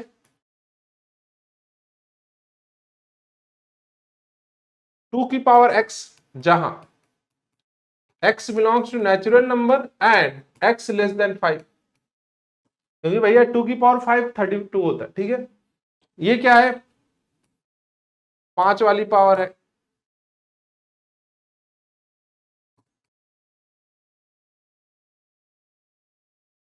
Belongs to natural number and x less than कितना?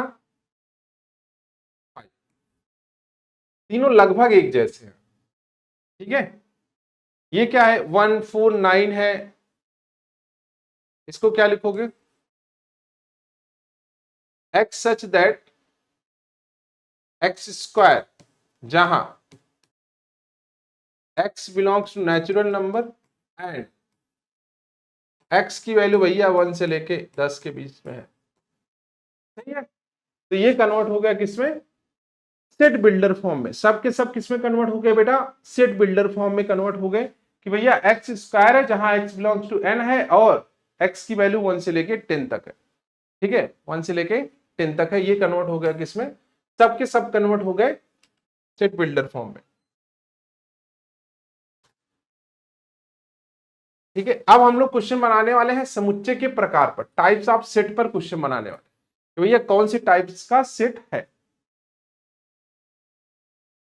पहला, वर्ष के महीनों का समुच्चय, हमें क्या ढूंढना है, परिमित और अपरिमित, इसमें ढूंढना है कौन सा फाइनाइट है कौन सा इनफाइनाइट सेट है।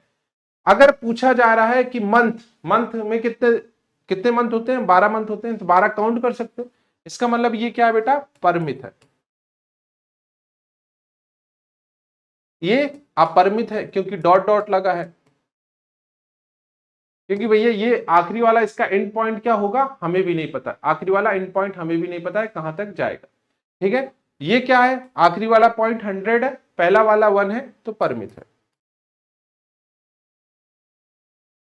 दूसरा, मूल बिंदु 0,0 से होकर जाने वाले वृत्तों का समुच्चय।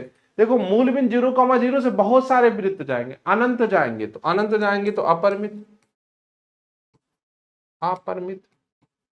आखिरी वाला, उन सभी रेखाओं का समुच्चय जो अक्ष के समांतर है, मान लेते हैं एक्स अक्ष के समांतर है, तो एक्स अक्ष के समांतर बहुत सारी रेखाएं होंगी, तो अपरिमित, ठीक है, अपरिमित। क्लियर है, इसमें कोई दिक्कत नहीं होनी चाहिए। अगला क्वेश्चन, निम्नलिखित युग्म समुच्चयों में कौन सा समान समुच्चय। अब हम लोग समान वाले समुच्चय के क्वेश्चंस कर रहे हैं, देखो एक एक करके हम लोग सारे क्वेश्चंस कर रहे हैं, स्टेप वाइज कर रहे हैं, ठीक है। अब हमें क्या ढूंढना है, समान समुच्चय। तो यहाँ पे 2 3 है, क्या ये 2 3 को सेटिस्फाई करेगा, जी हाँ। यहाँ पे 2 रख दो, 4 आएगा, 10, 2 3 इसके सॉरी 2 दूनी 4 और 2 पच्चीस 10, नहीं आएगा, नहीं आएगा। X square plus 5x plus 6 को ब्रेक करोगे आप, x square plus 5x plus 6 को आप ब्रेक करोगे तो ये आ रहा भैया एक्स स्क्वायर प्लस का 2x 3x प्लस का 6 इज इक्वल टू 0। यहां से x कॉमन ले लो, x प्लस 2 प्लस का 3 कॉमन ले लो, x प्लस 2 0। तो x की दो वैल्यू आ रही, एक -2 आ रही, एक -3। तो ये क्या है भैया, a और b दोनों क्या है, अच्छा कौन से समान समुच्चय, तो a not equal to b, A और बी आपस में समान समुच्चय नहीं है, क्योंकि इसमें -2 और -3 आ रहा और इसमें क्या आ रहा है 2 3 आ रहा। अगला, फॉलो एक अक्षर है बी सब उल्फ, ठीक है, उल्फ। क्या इसमें डब्लू है, जी बिल्कुल है, डब्लू है। ओ है, बिल्कुल ओ है, हटा दो। एल है, बिल्कुल एल है, हटा दो। एफ है, एफ है। तो दोनों समान है बेटा, ये क्या है बेटा, सही है, समान है, ए इक्वल टू बी है। इसको देखो, अगर सम ढूंढ रहे हो तो 2 आएगा, 4 आएगा इसमें, क्या इसमें भी 2 4 है, तो भैया ए और बी आपस में क्या है बेटा, इक्वल है, सही है, सही बात है, ठीक है। तो एक ही नहीं था पहला वाला, समान समुच्चय नहीं था, ठीक है, पहला वाला समान समुच्चय नहीं था, बाकी के समान समुच्चय है।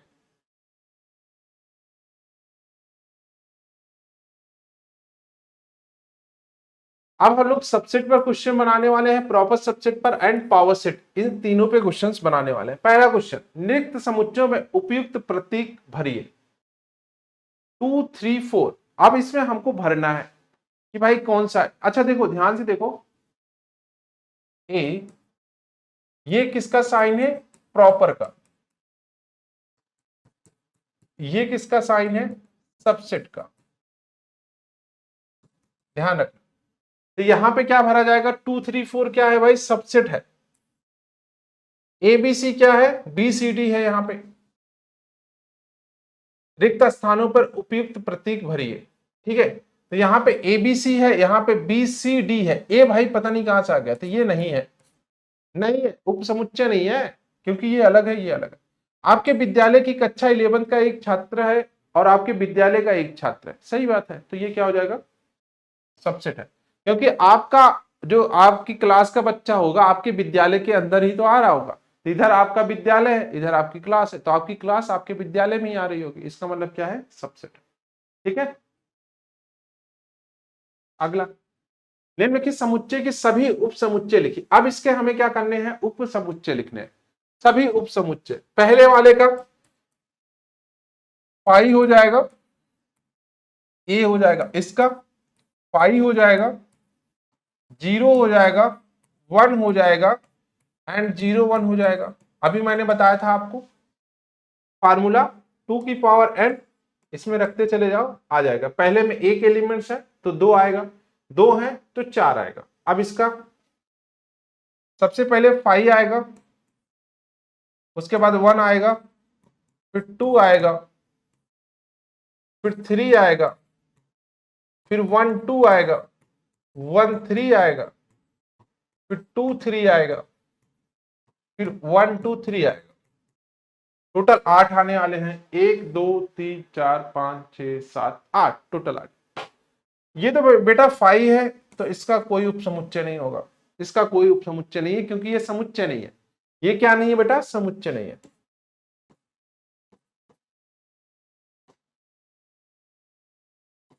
क्लियर है, डन है यहां तक। तो उचित सॉरी उपसमुच्चय वाले क्वेश्चंस बन गए। आगे बढ़ो भाई। अब ये कह रहा है कि पीए ज्ञात कीजिए, पीए में कितने अवयव होंगे। अब इन्होंने एक अच्छा क्वेश्चन पूछा, पीए हमको फाइंड आउट करना है। तो बेटा जब हम लोग पीए फाइंड आउट कर रहे हैं, तो पीए हमें पता है कर्ली ब्रैकेट के अंदर सबसे पहले 5 आएगा, 1 आएगा, 2 आएगा, फिर 1 एंड 2 दोनों साथ में आएगा। और total elements n P A कितना आएगा बेटा, 4 आएगा। टोटल एलिमेंट्स कितने हैं, 4 है। पावर पूछा है, पावर सेट पूछा है, तो मतलब कि क्या आएगा, 4 एलिमेंट्स आएंगे। निम्नलिखित कथन सत्य है या असत्य, आपको बताना है ट्रू है फॉल्स है। ए बी क्या सबसेट है बीसीए का, ए बी बिल्कुल सही बात, सॉरी नॉट सबसेट दे रखा है, गलत बात है, फॉल्स। ए ई अंग्रेजी वर्णमाला का एक स्वर है, ए क्या वर्णमाला का स्वर होता है, बिल्कुल होता है सर, ट्रू। 1 2 3 1 3 5, इसमें 5 है, इसमें 2 है, गलत बात है, फॉल्स है। 5 बिलोंग्स टू 1 2 3, 5 का संबंध क्या 1 2 3 में है, बताओ भाई। 5 का संबंध 1 2 3 में नहीं है भाई। एक सेकेंड, निम्नलिखित कथन सत्य है या गलत है। अच्छा उपसमुच्चय पूछ रहा है ना, सही है भाई। 5 क्या होता है, सबका उपसमुच्चय होता है ना, 5 सही है। और ए भी यहां पे सही है, ए भी सही है यहां पे, ट्रू है। ठीक है, चलिए आगे। अब हमें ऑपरेशन वाले देखने हैं क्वेश्चन, यहाँ पे ये सारे सॉल्व करने हैं, कुछ मैं सॉल्व करता हूं, बाकी आप सॉल्व कर लेना। ठीक है,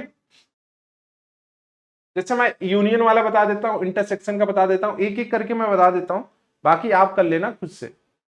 ए यूनियन बी, ए और बी को आपस में कंबाइन करके लिखना है, ए इधर है बी इधर है, तो 1 2 3 4 और 6 8। ठीक है, इंटरसेक्शन लेना है, दोनों में कॉमन पार्ट ढूंढना है। क्या कॉमन आ रहा है, सिर्फ 4 आ रहा है, सिर्फ 4 आ रहा है। ए में से बी को हटाना है, तो क्या हटेगा बेटा, 2 एंड 4 हट जाएगा ना, 2 एंड 4 हटा दो तो 1 3 बच जाएगा। इस क्या बचेगा, 1 3। बी में से सी को हटा दो, 2 4 6, तो 4 6 हट जा रहा, 2 एंड 8 बच रहा है। पूरक, ए का पूरक u माइनस ए होता है, u में से a को हटा दो, a को हटा दो, 1 2 3 4 तक हट जाएगा, उसके बाद बचेगा क्या, 5 6 7 8 एंड 9 भी आ गया। ठीक है, A union B dash, A union B dash, इसका फार्मूला अभी आपने पढ़ा था डी मॉर्गन्स थ्योरम, ये अब आप करोगे। इसका भी फार्मूला आपने पढ़ा था, अब मैं ये नहीं बताने वाला, ठीक है। डी मॉर्गन्स थ्योरम का नियम पालन करना है, बाकी ये सारी चीजें आप देख लेना। क्लियर है। वेन आरेख वाले क्वेश्चंस को हम लोग ट्राई करते हैं और देखते हैं क्या आता है, ठीक है। वेन आरेख वाले बस कुछ क्वेश्चंस और बचे हैं, 1 2 3 4 5, हाँ कुछ क्वेश्चंस और बचे। वेन आरेख का उपयोग करके निम्नलिखित में से प्रत्येक को दर्शाइए। ए यूनियन बी डैश को हमें दर्शाना है, मतलब कि अगर आप देखोगे इसको, ए यूनियन बी डैश का मतलब है कि पहला वाला हम लोग यहां पे बना रहे हैं। इसने कहा ए और बी का यूनियन ये पूरा आएगा, उसके बाहर का एरिया लेना है। तो भैया ए और बी के बाहर का एरिया, तो ए यूनियन बी का डैश लेना है, तो ये वाला बाहर वाला एरिया आएगा।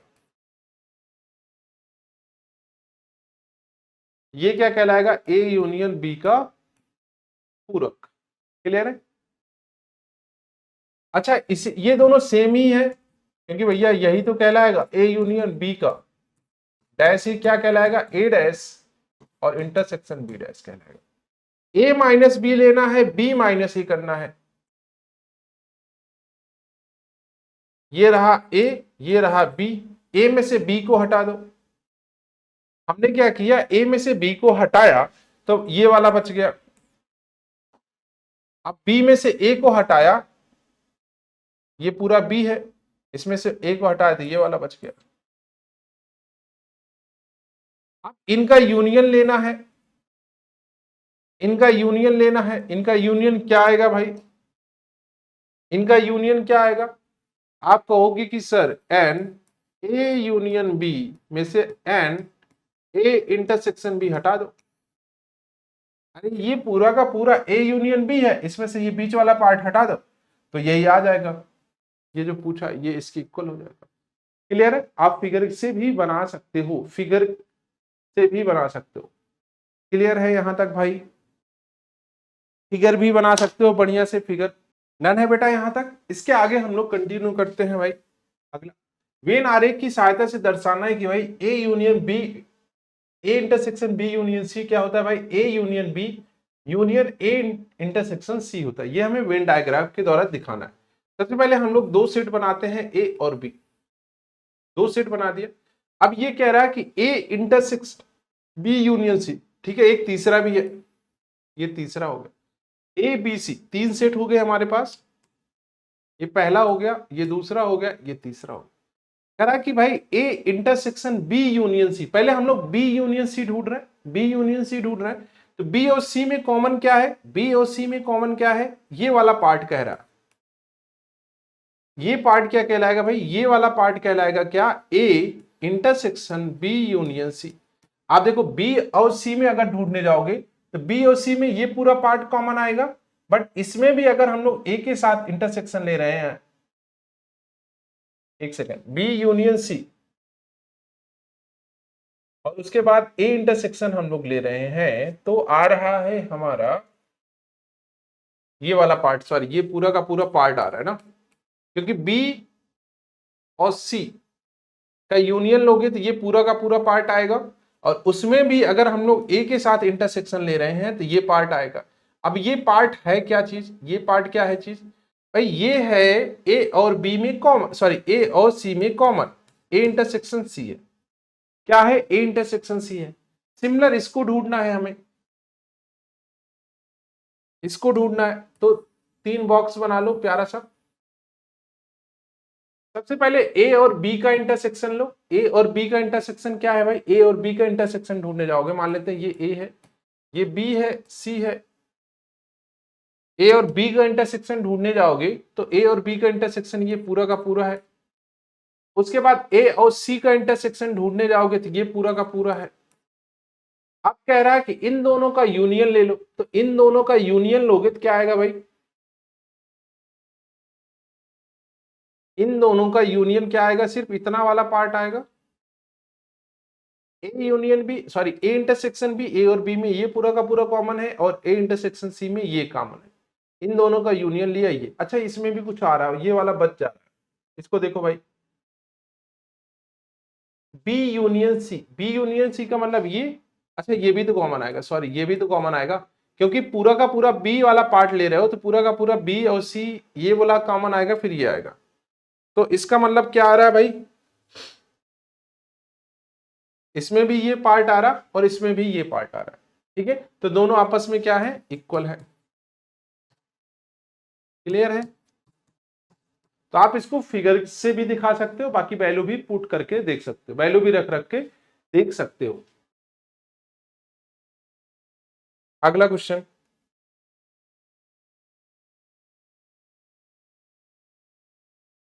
एक्स और वाई दो ऐसे समुच्चय हैं जिसमें nx बोला गया है कि भाई nx में टोटल एलिमेंट 17 है, ny में 23 है और x यूनियन भी 38 है। तो ये वाले आपको फाइंड आउट करना है।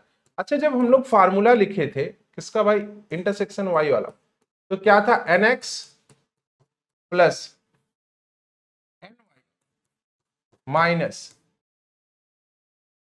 ये फार्मूला था। इसमें आप वैल्यू रख दो, nx की वैल्यू 17 है, ny की वैल्यू 23 है और ये कितना है, 38 है। 17 और 23 40 माइनस का 38, मतलब कि ये कितना आ गया बेटा, 2 आ गया। तो जब भी आपको इस टाइप के क्वेश्चन पूछे तो आप ऐसे सॉल्व कर सकते हो प्यार से, ठीक है। तो आंसर कितना आया, 2 आया। तो जो हम लोग फार्मूला पढ़े थे बस उसी का यूज कर रहे हैं। अगला क्वेश्चन, 400 व्यक्तियों के समूह में 250 हिंदी बोल सकते हैं। कोई 400 का ग्रुप है जिसमें 250 हिंदी बोल रहे हैं, ठीक है, और 200 अंग्रेजी बोल सकते हैं।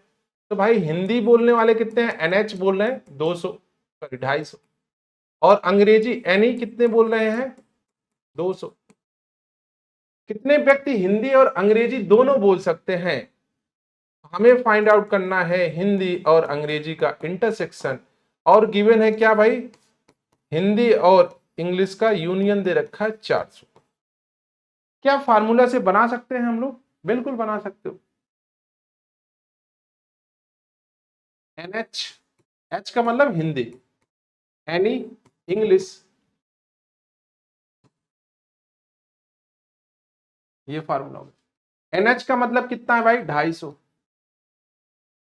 एनी का मतलब कितना है, 200। एच इंटरसेक्शन ई का मतलब कितना है, 400। तो ये कितना आया, 450, और ये कितना है, 400, मतलब कि ये 50 आ रहा है।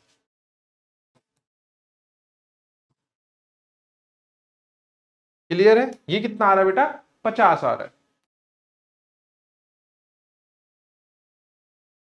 नेक्स्ट, 800 व्यक्तियों के एक समूह में 550 हिंदी बोल सकते हैं और 450 अंग्रेजी बोल सकते हैं। कितने व्यक्ति केवल हिंदी बोल सकते हैं। अच्छा, 800 व्यक्ति हैं, टोटल 800 हैं। 800 का मतलब क्या है बेटा, यूनियन 800 है, 550 मतलब एनएच 550, एन 450, ठीक है। अब इसी से सॉल्व करना है हमको पूरा, इसी से हमको सॉल्व करना है पूरा। आप इसको वेन डायग्राम से सॉल्व कर लो।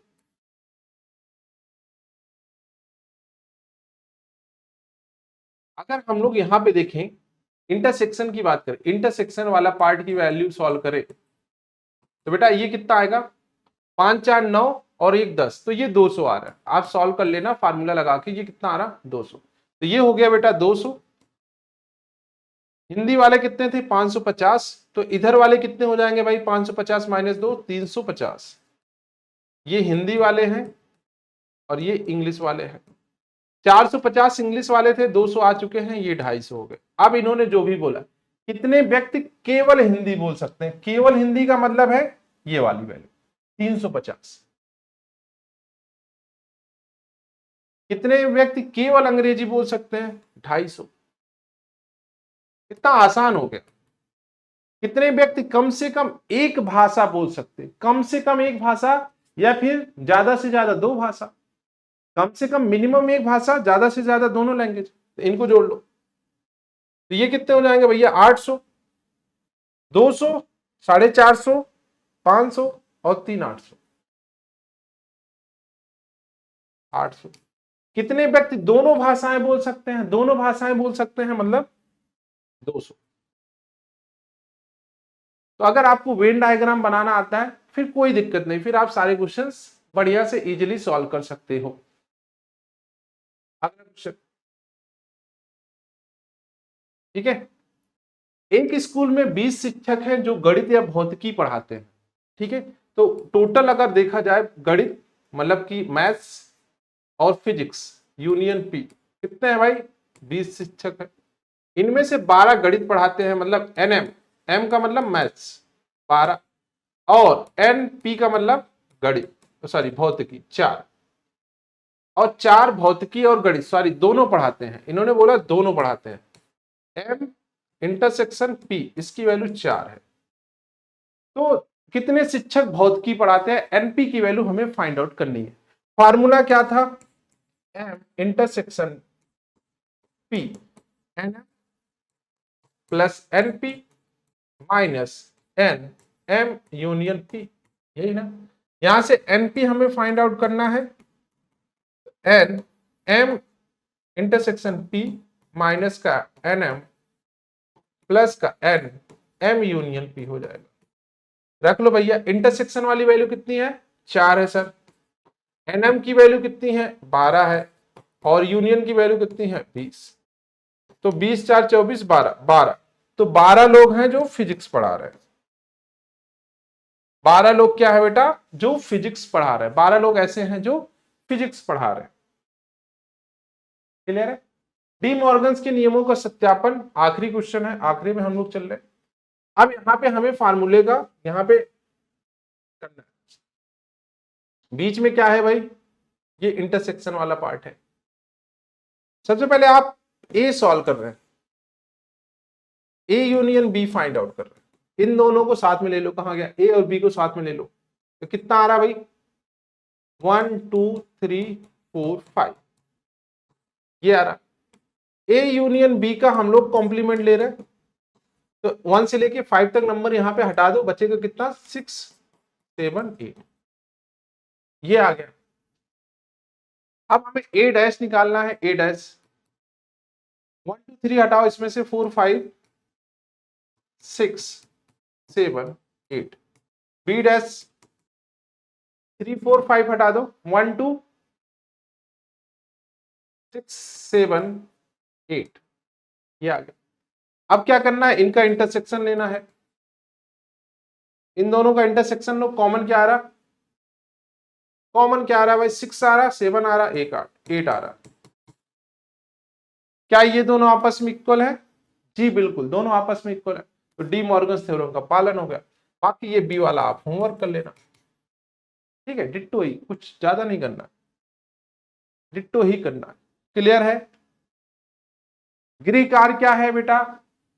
पूरा का पूरा यहां पे आपका कवर हो चुका है वन शॉट में। तो थ्योरी आपको कवर करनी है बेटा, थ्योरी किससे? वन शॉट प्लस क्वेश्चन भी। अब आप फ्री हो, कोई भी बुक हो आपके पास, कोई भी बुक, कोई भी बुक हो आप कर सकते हो भाई। किसी भी बुक से आप, अगर उसमें सिर्फ थ्योरी दे रखा है, क्लास 11 की कोई भी बुक ले लो मैथ्स की, और उसमें से आप पहला चैप्टर सेट थ्योरी आप कंप्लीट कर सकते हो, चैप्टर नंबर 1, ठीक है बेटा। 1 पूरा का पूरा कंप्लीट कर सकते हो, कोई दिक्कत नहीं है। सेट थ्योरी, ठीक है। सेट थ्योरी के पूरे क्वेश्चंस आप कंप्लीट कर सकते हो। क्लियर है बच्चा? ठीक है बेटा। तो इस सेशन में इतना ही था, मिलते हैं अगले सेशन में, तब तक के लिए टाटा बाय बाय बच्चों, टेक केयर, लव यू।